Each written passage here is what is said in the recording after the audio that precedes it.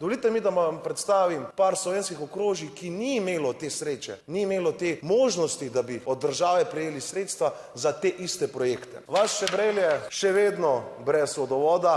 Zelo pomembna tudi z kulturnega vidika, tam je bilo najdeno najstarejše glasbilo na svetu. Ne zdi se vam redno, da bi zagotovili sredstva za nov vodovod, čeprav ima občina pripravljen projekt, prosi se za denar, celotna 4 leta, država je tukaj nemo spremlja. Vas Otalež, spoštovane kolegice in kolegi, v celotni krajevni skupnosti, ki jo sestavljajo 4 vasi, niti ena vas nima lastne kanalizacije oziroma priklopa na kanalizacijo. Vam se je bolj zdelo vredno, da ta denar potrošite za čiščenje jezera v Severni Makedoniji. Vas Čeples, spoštovane kolegice in kolegi, poslanke in poslanci, predstavniki vlade, ponovno del vasi brez kanalizacijske ureditve. Vam se zdi bolj pomembno, da ta denar konča v Črni gori.